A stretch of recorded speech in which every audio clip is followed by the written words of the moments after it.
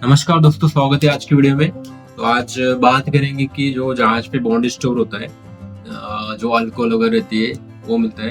तो आज उसी के बारे में बात करेंगे, तो आप एंड तक देखना। आज उसकी प्राइसेस वगैरह वो सब बताऊंगा मैं, वीडियो को एंड तक देखो। तो चलिए शुरू करते हैं। हर मर्चेंट शिप पे क्रू के लिए बहुत सारा राशन और सप्लाईज रखा जाता है, और इन स्टोर्स में एक स्पेशल जगह होती है जिसे कहते हैं बॉन्डेड स्टोर। लेकिन आखिर ये होता क्या है? तो बॉन्डेड स्टोर एक सिक्योर रूम होता है जहाँ पे जो ड्यूटी फ्री आइटम्स होते हैं, जैसे अल्कोहल, टोबैको और लग्जरी गुड्स, वो रखे जाते हैं। इन पे तुरंत कस्टम ड्यूटी नहीं लगती है। ये आइटम बॉन्ड में स्टोर होते हैं, और जब ऑफिशियली रिलीज होते हैं तब ड्यूटी अप्लाइड होती है। तो इसका मेन पर्पज होता है कि ड्यूटी फ्री गुड्स का कंट्रोल और प्रॉपर रिकॉर्ड मेंटेन करना। क्रू और पैसेंजर्स इसको सिर्फ इंटरनेशनल ऑर्डर्स में ही ले सकते हैं, और पोर्ट पर जो कस्टम ऑफिसर रहते हैं वो इसको चेक करते हैं टू इंश्योर कंप्लायंस। तो ये बॉन्डेड स्टोर जहाज पे मेंटेन कौन करता है, इसका इंचार्ज कौन होता है? तो जहाज पे ये देखता है थर्ड ऑफिसर, और कैप्टन रहता है। इसको मेंटेन थर्ड ऑफिसर करता है, और थर्ड ऑफिसर ये जो भी आइटम है ये सब इशू करता है क्रू को। तो थर्ड ऑफिसर की ड्यूटीज और रिस्पॉन्सिबिलिटी क्या होती है स्टोर को लेकर? पहली है स्टोर को हमेशा लॉक और सिक्योर रखना।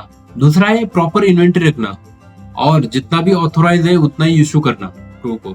और कस्टम्स रूल्स, जो कस्टम के रूल्स है वो आपको फॉलो करने पड़ेंगे। तो ये सब थर्ड ऑफिसर की ड्यूटी रहती है, ये थर्ड ऑफिसर देखता है।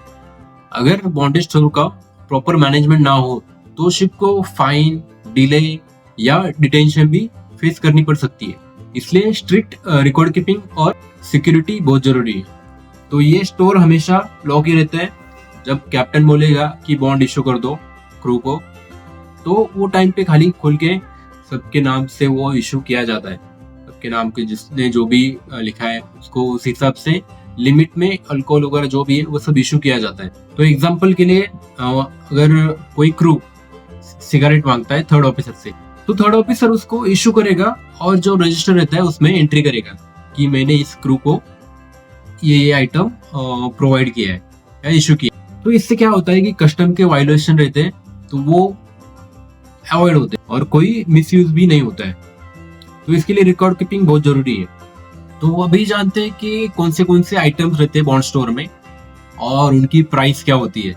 कौन से अल्कोहल के टाइप रहते हैं, और कौन सी बियर, कौन सी विस्की, वो जो भी है, और भी कोई आइटम रहते हैं तो उसके बारे में बात करेंगे, और उसकी प्राइस भी बताऊंगा मैं। तो बियर में देखो बडवाइजर है।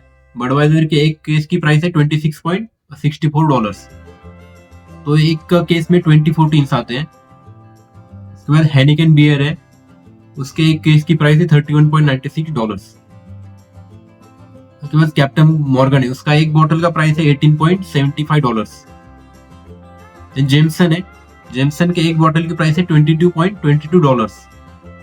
एब्सोल्यूट ब्लू है, उसके एक बोतल की प्राइस $15 है।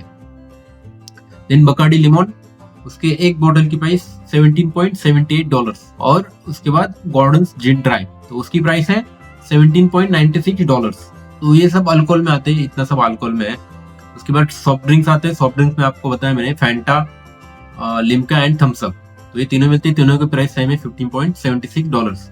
और एक केस में आता है 24 टीन्स सेम।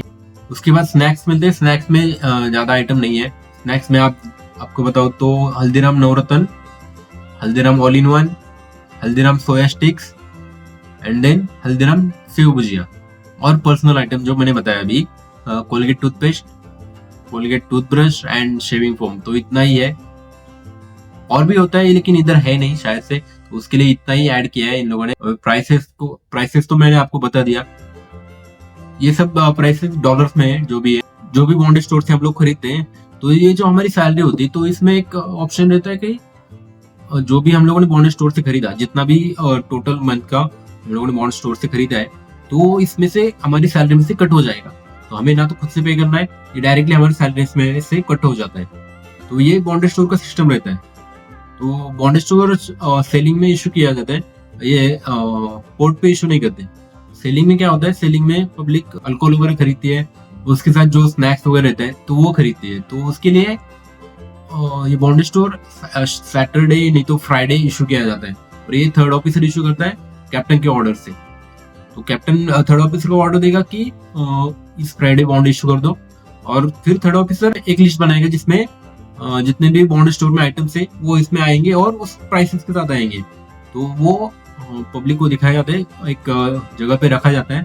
पब्लिक आके देखती है कि उनको क्या चाहिए, उनको ये चाहिए, ये अल्कोहल चाहिए, वो अल्कोहल चाहिए, ये स्नैक्स चाहिए। तो वो देखती है, वो सब देख के उधर वो लोग सामने एक कॉलम रहता है, उसमें लिख सकते हैं कि हमें ये चाहिए, आइटम चाहिए, इतनी क्वांटिटी में चाहिए। तो वो लिमिट होता है, इतने लिमिट तक वो इशू किया जाता है। तो हमें जो भी चाहिए वो हम वो आइटम के सामने वो लिख देते हैं। वो लिखने के बाद फिर वो थर्ड ऑफिसर वो पेपर कलेक्ट करता है, और वो क्या करता है, थर्ड ऑफिसर स्टोर से, जो बॉन्ड स्टोर है उसमें से वो आइटम निकाल के वो जिसने भी ऑर्डर किया उसको वो इशू कर देता है। और वो जो भी आइटम इशू किया है उसका जो भी प्राइस होता है, तो वो हमारी जो मंथली की सैलरी आती है उसमें से कट हो जाती है, जो डॉलर्स में रहती है, डॉलर्स में ही कट होती है। तो इस तरह से बॉन्ड स्टोर का जो प्रोसीजर वो चलता रहता है।